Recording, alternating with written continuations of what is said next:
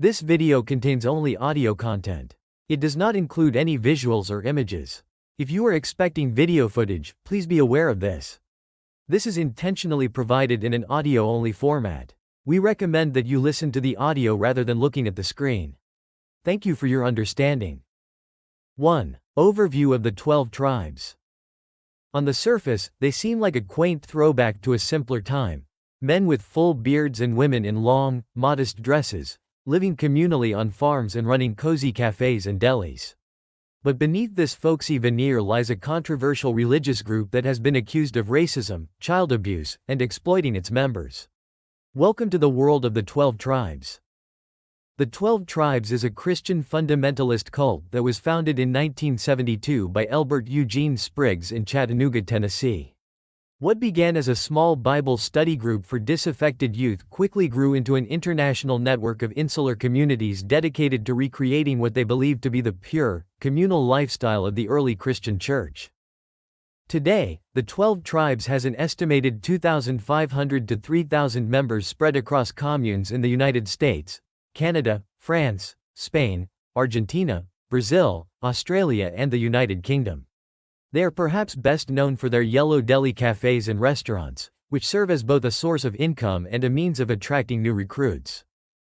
The group takes its name from their belief that they are recreating the 12 ancient tribes of Israel.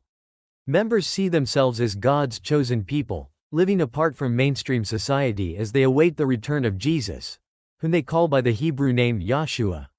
They practice a blend of Christianity, Messianic Judaism and Old Testament law. Life in a 12 tribes community revolves around strict adherence to biblical teachings as interpreted by Spriggs. Members live, work, worship and raise children communally. They reject many aspects of modern society, eschewing television, radio, and secular education. Children are homeschooled and expected to work alongside adults from a young age. The 12 Tribes has attracted scrutiny and controversy since its early days. Critics accuse the group of being an abusive, authoritarian cult that breaks up families, exploits free labor, and indoctrinates children. There have been numerous allegations of harsh child discipline practices, including the routine use of corporal punishment on even very young children. The group's teachings on race have also drawn condemnation, with former members alleging that Spriggs taught that African Americans are destined to be servants and that interracial marriage is wrong. The 12 Tribes denies being racist, but acknowledges holding controversial views on race based on their interpretation of the Bible. Despite these controversies, the 12 Tribes continues to attract new members and expand its reach. For some, the group offers a refuge from the materialism and isolation of modern life, a chance to be part of a tight-knit spiritual community living according to biblical principles. But others see a dangerous cult that strips away individual identity and free will. The story of the 12 Tribes provides a fascinating window into the world of fringe religious movements. It raises challenging questions about the line between sincere religious practice and abusive mind control, the rights of parents versus the welfare of children, and the place of radical religious groups in a pluralistic society. In this deep dive, we'll explore the origins, beliefs, practices and controversies surrounding this enigmatic group. From its humble beginnings in 1970s Tennessee to its current status as a global organization, we'll trace the evolution of the 12 Tribes and meet the charismatic, controversial man behind it all. We'll examine what daily life is like for members, how the group recruits and retains followers, and hear from both current members and disillusioned defectors. By the end, you'll have an intimate understanding of this secretive community and the complex issues it raises. The story of the 12 Tribes is one of faith and fanaticism, of the search for meaning and the dangers of extremism. It's a tale that will challenge your notions about religion, community, and the very nature of free will. So settle in as we pull back the curtain on one of America's most controversial religious groups, the 12 Tribes. 2. Founder and history of the 12 Tribes. To understand the 12 Tribes, we must first understand its enigmatic founder, Elbert Eugene Spriggs. Born in 1937 in Chattanooga, Tennessee, Spriggs grew up in a devout Methodist family. His father worked as a factory quiller and scoutmaster, instilling in young Gene, as he was known, a strong work ethic and moral code. Spriggs was an intelligent, driven young man. He excelled in school and went on to earn a degree in psychology from the University of Chattanooga. After college, he embarked on a series of careers, working variously as a high school guidance counselor, a carnival barker, and a tour guide. But despite his outward success, Spriggs felt spiritually adrift. He married and divorced 3 times by his early 30s, searching for meaning and purpose. It was during this period of personal turmoil that Spriggs had a profound religious experience that would alter the course of his life. In a 1974 interview, Spriggs described his spiritual awakening. "I thought, is this why God created me? I knelt down and asked God to direct my life. I knew about Christ, but I didn't know him. And sure enough, God took my life. Christ made me a new creature." Spriggs became involved with the Jesus People movement, a Christian revival that swept through the counterculture of the late 1960s and early 70s. He was particularly influenced by the teachings of the Maranatha Chapel in Glendale, California. In 1971, Spriggs met Marcia Ann Duvall at a commune in Jackson Hole, Wyoming. The two quickly bonded over their shared spiritual interests. They married in 1972 and returned to Spriggs' hometown of Chattanooga, where they would plant the seeds of what would become the 12 tribes. The newly married couple began hosting informal Bible study sessions for local youth in their home at 861 Vine Street. Spriggs' charisma and unconventional teachings attracted a devoted following, particularly among disillusioned hippies and dropouts looking for spiritual direction. By 1974, Spriggs, who had begun calling himself Yannick, Hebrew for sapling, was living communally with about 60 followers.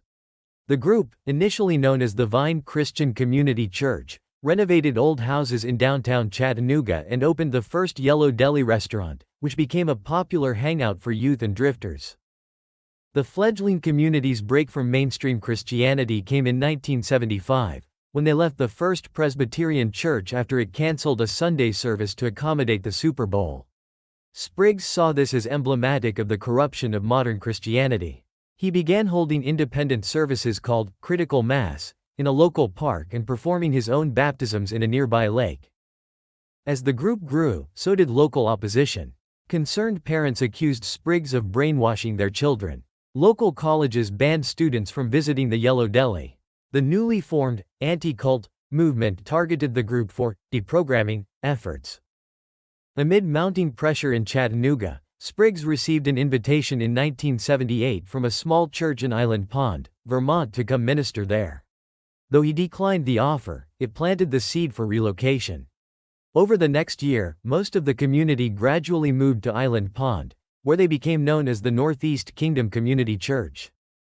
The move to rural Vermont marked a turning point. Isolated from outside influences, Spriggs was able to more fully implement his vision of a separatist biblical community. The group embraced communal living, sharing all possessions and working together in cottage industries like furniture making and baking. It was during this period that many of the group's distinctive practices took shape: the use of Hebrew names, observance of Jewish festivals, and emphasis on child rearing and discipline. Spriggs' teachings became increasingly focused on preparing for the end times and the return of Christ. The Island Pond community grew rapidly, attracting hundreds of new members. But it also drew increasing scrutiny from authorities. Allegations of child abuse led to a dramatic 1984 raid in which state troopers seized 112 children.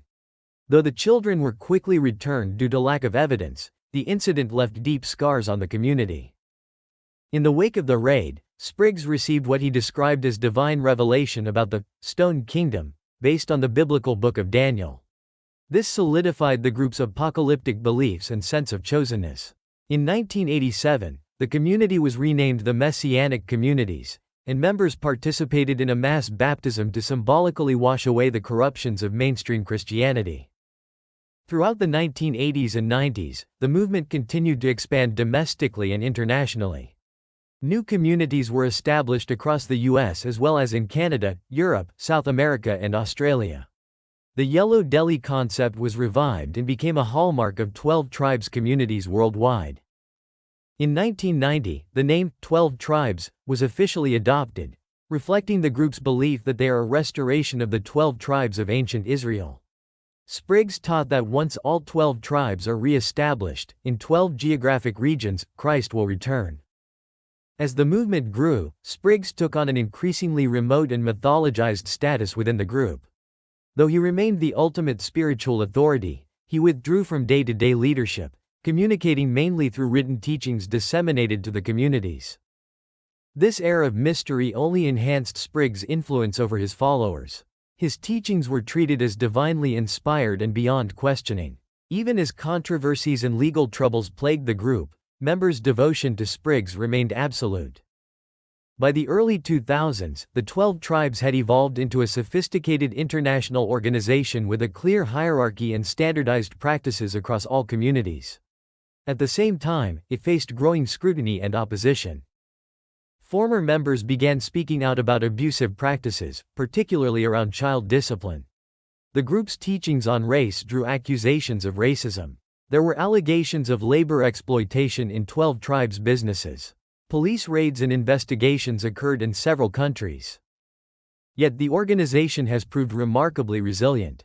As of 2021, it claimed around 2,500 to 3,000 members in 9 countries. The Yellow Deli chain has expanded to over 20 locations worldwide and become something of a hip destination among those unaware of its origins. Spriggs himself lived to see his modest Bible study group transform into a global movement.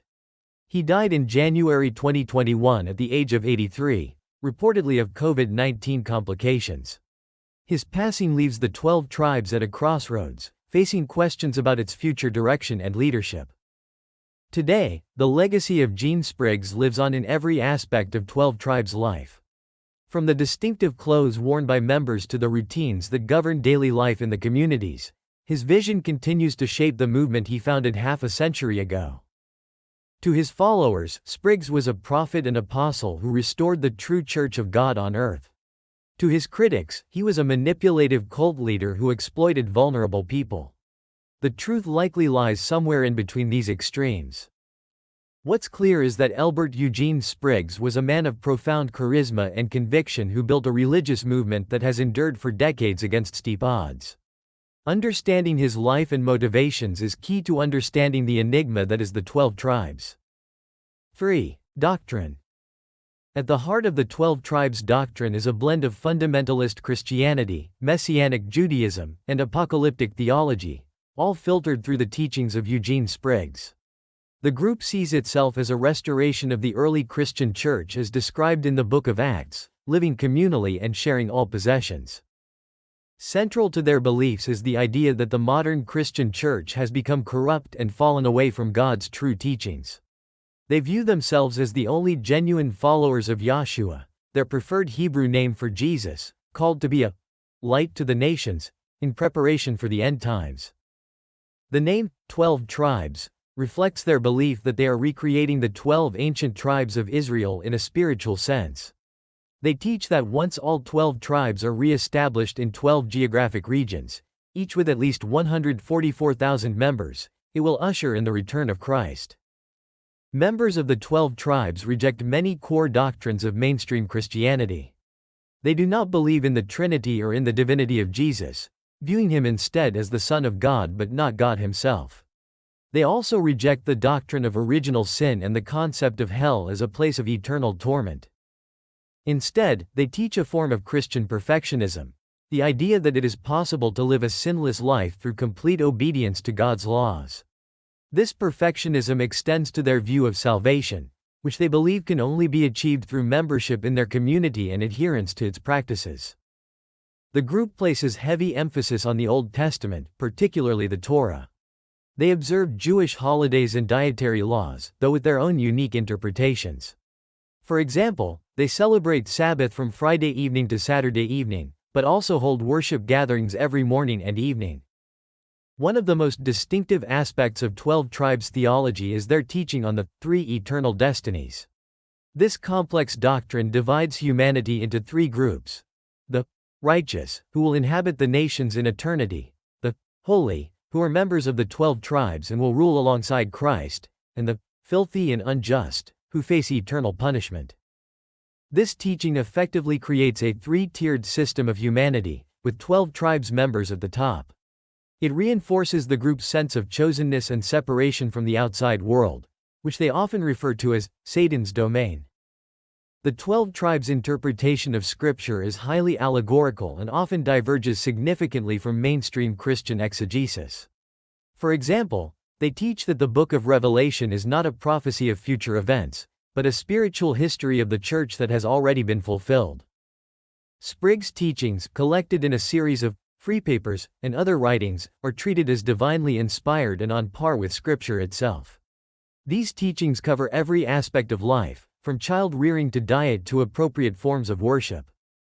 One of the most controversial aspects of 12 Tribes doctrine is their teaching on race. While they officially welcome people of all races, they teach that the different races have distinct spiritual characteristics and roles. For example, they believe that people of African descent are destined to be servants, citing the biblical curse of Ham as justification. This has led to accusations of racism, though the group insists their teachings are based on Scripture rather than prejudice. They oppose interracial marriage and teach that the races should remain separate, views that have drawn strong criticism from both inside and outside the movement. The group's teachings on gender roles are similarly conservative and controversial. Women are expected to be submissive to men and focus primarily on childbearing and homemaking. Men are considered the spiritual leaders of the home and community. Child rearing is a major focus of 12 Tribes doctrine. They teach that children must be trained from infancy to obey without question, using physical discipline as necessary. This extends to the use of a rod, usually a thin wooden stick, to spank children, a practice that has led to legal troubles in several countries. The 12 Tribes reject many aspects of modern society, viewing them as corrupting influences. This includes popular entertainment, higher education, and participation in politics or military service. Members are expected to separate themselves as much as possible from the outside world. Work is seen as a form of worship in 12 Tribes theology. Members are expected to labor long hours in community businesses or on the farms, viewing their work as service to God rather than for personal gain. All earnings go to the community rather than to individuals. The group's end-times theology is central to their worldview. They believe that the current age is coming to a close and that they are called to build a nation that will usher in Christ's return. This creates a sense of urgency and purpose that permeates all aspects of community life. Rituals and customs play an important role in reinforcing 12 Tribes doctrine. Each day begins and ends with a gathering for worship, which includes singing, dancing, and sharing of teachings. These gatherings, along with communal meals and work, create a rhythm of life that constantly reinforces the group's beliefs. One of the most important rituals is the breaking of bread, held every Sabbath Eve. This ceremony, which includes sharing wine and unleavened bread, is seen as a renewal of the community's covenant with God and each other. Other significant events in 12 Tribes' life include their celebrations of Jewish festivals like Passover and Sukkot, as well as their own unique observances. For example, they hold an annual, undressed rehearsal, where members confess their sins and recommit to the community. Baptism holds special significance in 12 Tribes doctrine. Unlike in many Christian denominations, baptism is not seen as a one-time event but as an ongoing process of purification. Members may be baptized multiple times throughout their life in the community. The group's distinctive appearance, with men wearing beards and women in modest, homemade dresses, is also tied to their religious beliefs. They see their simple, old-fashioned style of dress as a reflection of their separation from worldly values and their commitment to a godly life. Music and dance are integral parts of 12 Tribes worship. They have developed their own style of music, often based on traditional Israeli folk tunes, with lyrics drawn from Scripture or Sprague's teachings. Circle dancing, reminiscent of traditional Jewish folk dances, is a regular part of their gatherings and is seen as a physical expression of unity and joy. The 12 Tribes' approach to health and medicine is also shaped by their religious beliefs. While they don't entirely reject modern medicine, they place a strong emphasis on natural remedies and faith healing. Pregnant women are encouraged to give birth at home without pain medication, as a way of atoning for Eve's sin. Education in the 12 Tribes is entirely controlled by the community. Children are homeschooled using a curriculum developed by the group, which emphasizes biblical knowledge and practical skills over academic subjects. Higher education is generally discouraged as unnecessary and potentially corrupting. One of the most distinctive aspects of 12 Tribes doctrine is their communal economic system. Based on their interpretation of Acts chapter 2 verses 44 to 45, they practice a form of religious communism where all property and income is shared. Members do not receive wages for their work, but rather have all their needs met by the community. This economic model extends to their businesses, such as the Yellow Deli restaurants, which are owned and operated communally. Profits from these enterprises go back into supporting the community and funding missionary efforts. The group's missionary activities are focused on what they call light gatherings, events where they invite outsiders to experience their lifestyle and teachings. These often involve music, dance, and shared meals, and are seen as opportunities to attract new members. In recent years, the 12 Tribes has also embraced the internet as a tool for outreach, maintaining an extensive website that presents their beliefs and lifestyle in an attractive light. However, within the communities themselves, internet use is strictly limited and monitored. One of the most controversial aspects of 12 Tribes doctrine is their teaching on marriage and family. Marriages are typically arranged by community elders, with little input from the couple themselves. Divorce is strictly forbidden, and members who leave are cut off from contact with their families who remain in the group. The group's teachings on sexuality are extremely conservative. Premarital sex is forbidden, as is homosexuality, which is viewed as an abomination worthy of death, though they claim not to advocate violence against gay people. Even within marriage, sex is primarily viewed as a means of procreation rather than pleasure. Despite the controversies surrounding their beliefs, the 12 Tribes has managed to maintain a degree of mainstream appeal through their businesses and outreach efforts. Their yellow delis, with their homey atmosphere and wholesome image, have become popular in many communities, often among people unaware of the group's background. This ability to present a palatable public face while maintaining a radically different private doctrine is one of the most intriguing aspects of the 12 Tribes. It raises questions about the nature of religious freedom and the lines between sincere spiritual practice and manipulative cult tactics. In many ways, the beliefs of the 12 Tribes represent a rejection of modern, secular society in favor of a romanticized vision of ancient biblical life. Their teachings offer a sense of purpose, community, and moral certainty that many find appealing in an increasingly complex and uncertain world. At the same time, their doctrines have been criticized as restrictive, authoritarian, and potentially harmful, particularly to children raised in the group. The tension between religious freedom and child welfare is at the heart of many of the legal and ethical controversies surrounding the 12 Tribes. As we delve deeper into the practices and impact of this group, it's important to keep in mind the central role that these beliefs play in shaping every aspect of life for 12 Tribes members.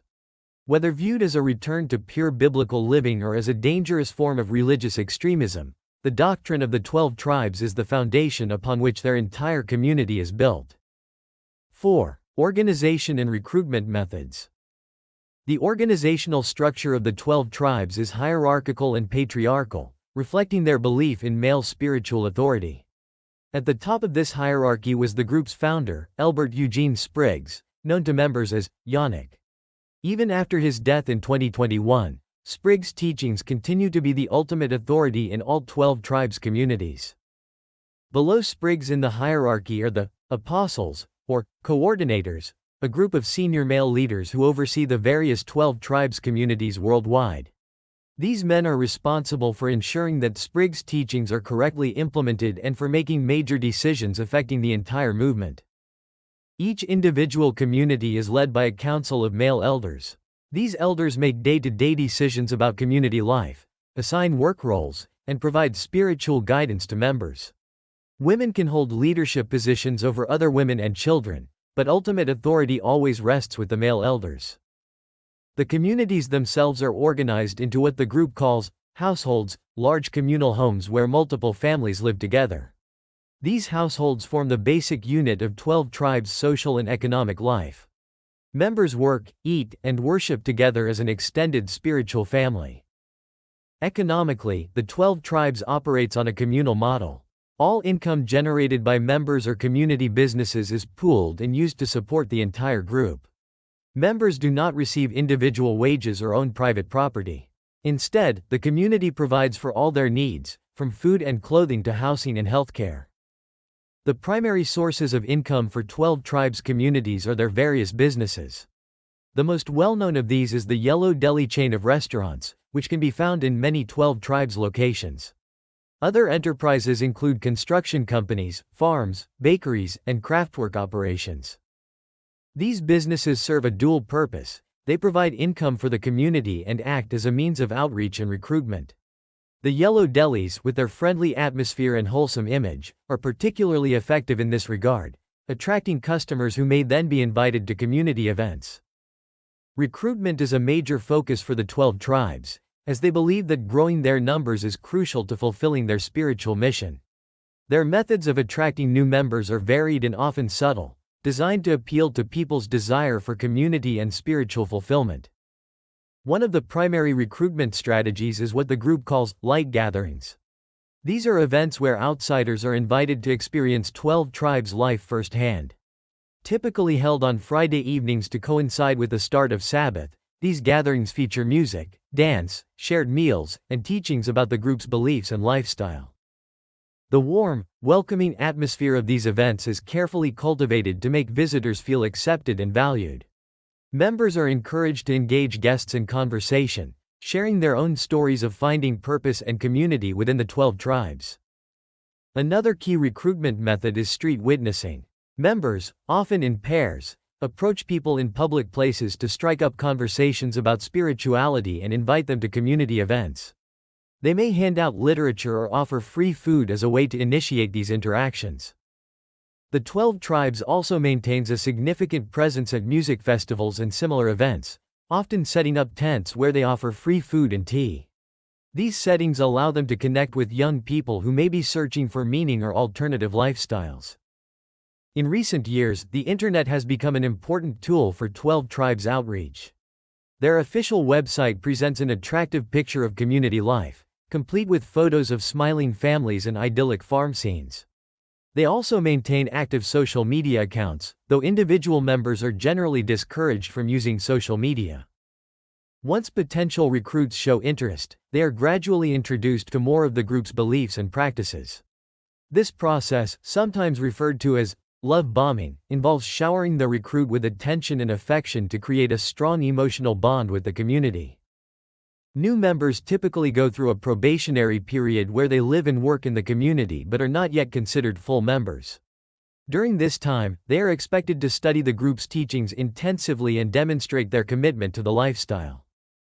Full membership involves a baptism ceremony and a commitment to give up all personal possessions and devote oneself entirely to the community. New members are often given Hebrew names to symbolize their new identity in the group. The 12 tribes is particularly interested in recruiting young people and families. They see children as crucial to their mission of raising up a new generation of believers untainted by outside influences. To this end, they often target college campuses and youth-oriented events for recruitment efforts. However, the group has faced accusations of using manipulative and coercive tactics in their recruitment efforts. Critics allege that they prey on vulnerable individuals, such as those struggling with addiction or mental health issues, offering a sense of belonging and purpose without fully disclosing the demands of membership. There have also been allegations of child abduction, with some parents claiming that their adult children were lured into the group and cut off contact. While the 12 tribes denies these claims, the practice of isolating members from non-believing family and friends is a common feature of their lifestyle. The group's use of free labor in their businesses has also drawn criticism and legal scrutiny. Members work long hours without pay in community enterprises, a practice that some see as a form of exploitation. The 12 tribes argues that this work is voluntary and part of their religious practice. Mind control techniques are alleged to play a significant role in both recruitment and retention of members. These include sleep deprivation, through early morning and late night gatherings, information control, limiting access to outside media, and the inculcation of phobias about the outside world. The group's emphasis on confession and public shaming as means of spiritual purification can also be seen as a form of psychological manipulation. Members are encouraged to confess their sins and shortcomings publicly, creating a culture of surveillance and self-policing. Despite these controversies, the 12 Tribes continues to attract new members. For some, the promise of a simple life based on biblical principles is deeply appealing. The sense of community and shared purpose offered by the group can be particularly attractive to those feeling lost or disconnected in modern society. However, the high demands of membership and the group's controversial practices mean that many who join eventually leave. The process of leaving can be traumatic, as ex-members often find themselves cut off from family and friends still in the group and ill-equipped to navigate the outside world. In conclusion, the organization and recruitment methods of the 12 Tribes reflect a complex interplay of sincere religious belief and sophisticated marketing techniques. While they present themselves as a simple, back-to-basics Christian community, the reality of life within the group is far more complex and demanding than many recruits initially realize. 5. Impact on followers. Life as a member of the 12 Tribes is all-encompassing, touching every aspect of an individual's existence from dawn to dusk. The impact on followers is profound, reshaping their worldview, relationships, and daily routines in ways that can be both fulfilling and deeply challenging. A typical day in a 12 Tribes community begins early, usually around 6 a.m., with a gathering for worship and teaching. Members assemble in the common area of their shared home, often sitting in a circle. The meeting begins with songs and dances, followed by readings from the Bible or the teachings of Spriggs. Members are encouraged to share their thoughts and experiences, creating a sense of spiritual intimacy. After the morning gathering, members disperse to their assigned tasks. For many, this means heading to one of the community businesses, such as a yellow deli restaurant or a construction site. Others might work on the community farm, homeschool the children, or handle domestic chores like cooking and cleaning. Work is seen as a form of worship in the 12 Tribes, and members often put in long hours. A former member described working 12 to 15-hour days in community businesses with little time off. Despite the demanding schedule, members receive no individual compensation for their labor. All earnings go to support the community as a whole. Meals are communal affairs, with members gathering to eat simple, wholesome food prepared by the community. Dietary restrictions based on Old Testament laws are observed, and many communities emphasize organic and locally grown produce. Evenings typically involve another gathering for worship and teaching, followed by more work or community activities. Members might spend their free time studying the group's teachings, engaging in crafts, or participating in music and dance. Child rearing is a central focus of 12 Tribes life. Children are seen as blessings from God, and large families are encouraged. From an early age, children are integrated into community life, participating in work and worship alongside adults. The group's approach to child discipline has been one of its most controversial aspects. Based on their interpretation of biblical proverbs, the 12 Tribes teaches that children must be spanked with a rod, usually a thin wooden stick, to drive out disobedience. This practice begins in infancy and continues throughout childhood. A former member described the impact of this discipline. The kids are not meant to cry. They're meant to receive their discipline quietly. Then you tell them why you hit them and they say, I'm sorry, I'm sorry. It becomes a ritual. Education in the 12 Tribes is entirely controlled by the community. Children are homeschooled using a curriculum developed by the group, which emphasizes biblical knowledge and practical skills over academic subjects. Higher education is generally discouraged as unnecessary and potentially corrupting. For adult members, the impact of life in the 12 Tribes can be complex. Many describe a strong sense of purpose and belonging. The close-knit nature of the community provides constant companionship and support, which can be particularly appealing to those who felt isolated or unfulfilled in mainstream society.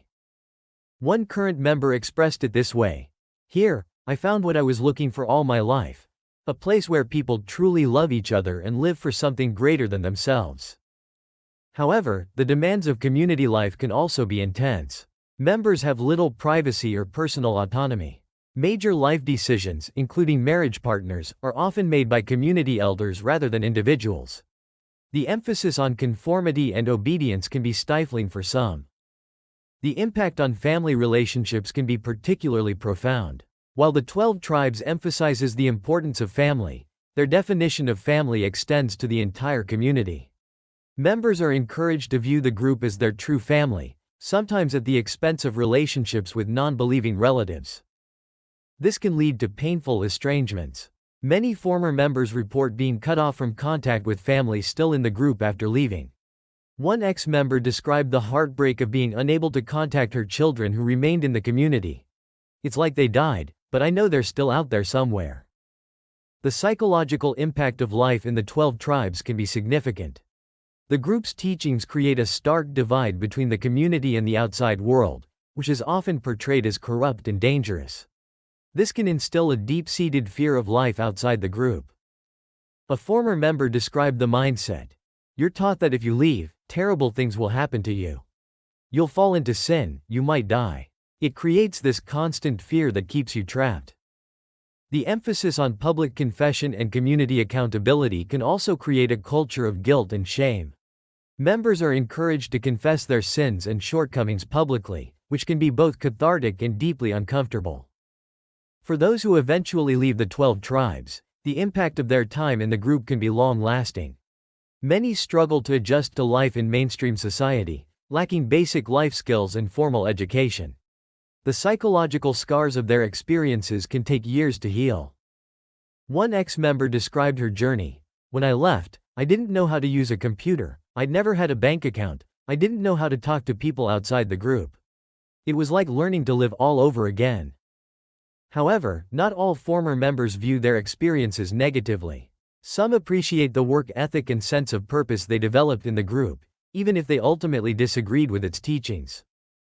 The impact on children raised in the 12 tribes can be particularly profound.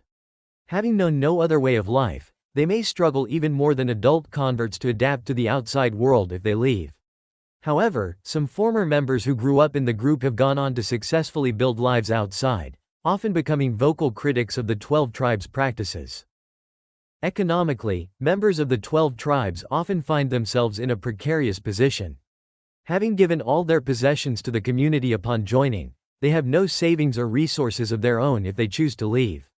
This economic dependence can make it extremely difficult for members to exit the group, even if they want to. The impact of 12 tribes membership extends beyond individuals to the broader communities where they establish themselves. Their businesses, particularly the Yellow Deli restaurants, often become fixtures in local communities. This can create a complex dynamic where the group is simultaneously embraced for its quaint, wholesome image and viewed with suspicion for its unconventional beliefs. In conclusion, the impact of life in the 12 tribes on its followers is deep and multifaceted. While some find fulfillment and purpose within the group, others experience trauma that can take years to overcome. The all-encompassing nature of membership reshapes every aspect of an individual's life, for better or worse. Understanding these impacts is crucial to comprehending both the appeal and the potential dangers of groups like the 12 tribes. 6. Controversies and criticisms. The 12 tribes has been embroiled in numerous controversies throughout its history, drawing criticism from former members, child welfare advocates, labor rights organizations, and religious experts. These controversies touch on issues ranging from child abuse to racial teachings to labor exploitation. One of the most persistent and serious criticisms of the 12 tribes concerns their practices of child discipline. The group teaches that children must be spanked with a rod to drive out disobedience, based on their interpretation of biblical proverbs. This practice, which begins in infancy, has led to accusations of systematic child abuse. In 1984, these accusations culminated in a dramatic raid on the group's community in Island Pond, Vermont. State troopers and social workers removed 112 children from 12 tribes' homes based on allegations of abuse. However, a judge ordered the children returned the same day, ruling that the raid was unconstitutional due to lack of evidence of individual abuse. Despite this legal victory, concerns about child welfare in 12 tribes communities have persisted. In 2013, German police and social workers removed 40 children from a 12 tribes community near Munich after a television program aired footage of children being beaten. The children were eventually returned, but the incident sparked renewed debate about the group's child-rearing practices. Former members have provided harrowing accounts of the discipline they experienced or witnessed as children in the group. One ex-member described being beaten with a rod up to 10 times a day from the age of 4. Others have reported seeing babies as young as 6 months old being spanked for crying. The 12 Tribes defends its disciplinary practices as loving and necessary for proper child rearing. They argue that their methods are based on biblical teachings and are not abusive. However, child welfare experts and many former members strongly disagree, seeing the group's practices as harmful and traumatizing to children. Another major controversy surrounding the 12 Tribes involves their teachings on race. While the group claims to welcome people of all races, their doctrines include ideas that many consider racist. For example, they teach that people of African descent are destined to be servants, citing the biblical curse of Ham as justification. The group's founder, Eugene Spriggs, has been quoted as saying that slavery was a marvelous opportunity for black people. The 12 Tribes also opposes interracial marriage and teaches that the races should remain separate. These views have led to accusations of racism and white supremacist leanings. Former members have reported hearing racist teachings within the group. One ex-member recounted being told that Martin Luther King Jr. was burning in hell for promoting racial integration. Another described how dark-skinned members were often assigned menial tasks within the community. The 12 Tribes has attempted to defend itself against charges of racism, arguing that their teachings are based on scripture rather than prejudice. They point to the presence of non-white members in their communities as evidence of their inclusivity. However, critics argue that the group's racial doctrines are inherently discriminatory, regardless of their stated intentions. Labor practices in 12 Tribes businesses have also drawn significant criticism and legal scrutiny. Members work long hours in community enterprises without receiving individual wages, a practice that some see as exploitative. There have been multiple investigations into alleged child labor violations in 12 Tribes businesses. In 2001, the New York Department of Labor fined the group $2,000 for child labor violations after finding that children as young as 6 were working in their soap factory. In 2006, authorities in Alachua County, Florida launched an investigation into similar allegations at a 12 Tribes farm. The group defends its labor practices as part of its religious lifestyle, arguing that work is a form of worship and that children working alongside their parents is a natural part of family life. However, labor rights advocates argue that these practices violate child labor laws and exploit adult members. The 12 Tribes' treatment of women has also been a source of controversy. The group teaches that women should be submissive to men and primarily focused on childbearing and homemaking. Critics argue that this creates a culture of gender oppression within the communities. Former female members have described feeling trapped and powerless within the group. One ex-member recounted being pressured to marry at 18 and immediately start having children, with no say in family planning. Others have reported that women have little voice in community decision-making and are expected to defer to male authority in all matters. The group's teachings on sexuality and marriage have also drawn criticism. Homosexuality is considered an abomination worthy of death, though the group claims not to advocate violence against gay people. Arranged marriages are common, with community elders often choosing partners for young members with little input from the individuals involved. Mental health experts have raised concerns about the psychological impact of life in the 12 Tribes. The group's insular nature, emphasis on conformity, and teachings about the dangers of the outside world can create a climate of fear and dependence. Former members often struggle with anxiety, depression, and PTSD after leaving the group. The 12 Tribes' approach to healthcare has also been criticized. While they don't entirely reject modern medicine, they place a strong emphasis on faith healing and natural remedies. This has led to concerns about adequate medical care, particularly for children and pregnant women. Legal troubles have followed the 12 Tribes in multiple countries. In addition to the raids and labor investigations mentioned earlier, the group has faced legal challenges related to tax issues, zoning violations, and custody disputes. In France, the group was classified as a cultic movement by a parliamentary report. The 12 Tribes' recruitment methods have been characterized by some as manipulative and coercive. Critics argue that the group targets vulnerable individuals, love bombing them with attention and affection without fully disclosing the demands of membership. There have been accusations of the group luring young people away from their families. Environmental concerns have also been raised about some 12 tribes' practices. In 2022, a 12 tribes community in Boulder, Colorado was linked to the origin point of the destructive Marshall Fire, though investigators ultimately ruled it was not their fault. The incident highlighted questions about the group's land management practices. Defenders of the 12 tribes argue that many of these criticisms stem from misunderstandings or biases against unconventional religious groups. They point out that many current members report feeling fulfilled and purposeful in the communities. Some argue that the group's alternative lifestyle should be protected under religious freedom laws. However, critics, including many former members, maintain that the harms caused by the group's practices outweigh any perceived benefits. They argue that the 12 tribes' teachings and methods are inherently abusive and exploitative, particularly towards children and women. The controversy surrounding the 12 tribes highlights the complex tensions between religious freedom, child welfare, labor rights, and individual autonomy.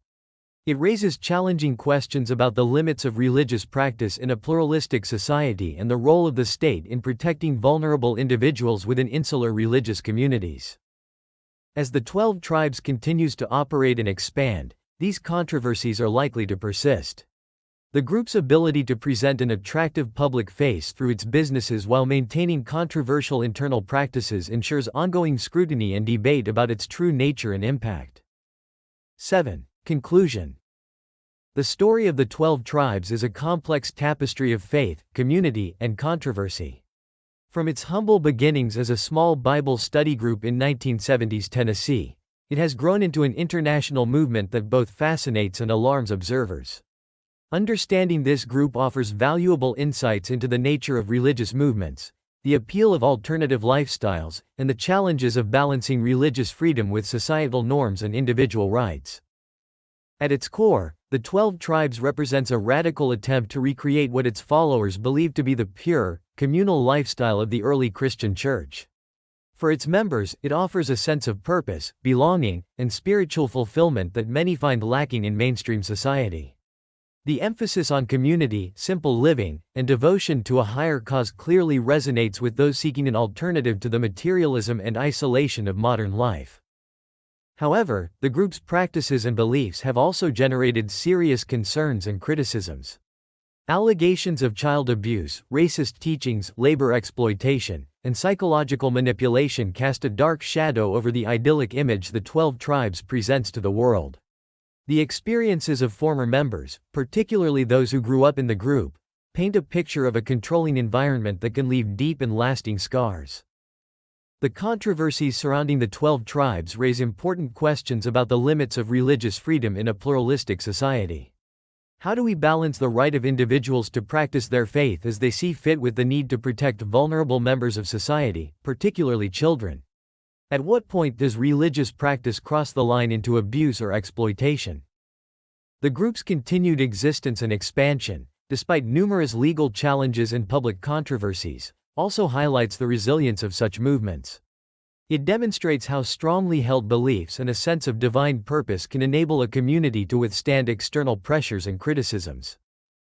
The 12 tribes' ability to maintain a dual identity, presenting a wholesome, folksy image to the public through its businesses while holding to controversial internal practices, is particularly noteworthy. It raises questions about how we as a society engage with and evaluate religious groups, especially those that may hold beliefs at odds with mainstream values. As we reflect on the 12 tribes, it's important to recognize the complexity of the human experiences within such groups. While it's easy to paint them with broad strokes as either a harmful cult or a misunderstood spiritual community, the reality is often more nuanced. Many current members genuinely believe they've found a fulfilling way of life, while many former members bear deep emotional and psychological scars from their experiences. Understanding groups like the 12 tribes is crucial in our increasingly diverse and complex world. It challenges us to think deeply about the nature of faith, the boundaries of acceptable religious practice, and the responsibilities of society to protect its most vulnerable members. The story of the 12 tribes is far from over. As the group continues to evolve, particularly in the wake of its founder's death, it will likely face new challenges and scrutiny. How it adapts to changing societal norms and increased awareness of its controversial practices will be telling. Ultimately, the 12 Tribes serves as a potent reminder of the power of belief to shape lives and communities. It challenges us to consider what we value as a society, how we define freedom and abuse, and how we navigate the complex terrain of religious expression in the modern world. Whether viewed as a dangerous cult or a misunderstood spiritual movement, the 12 Tribes and groups like it will continue to provoke important discussions about faith, community, and individual rights for years to come.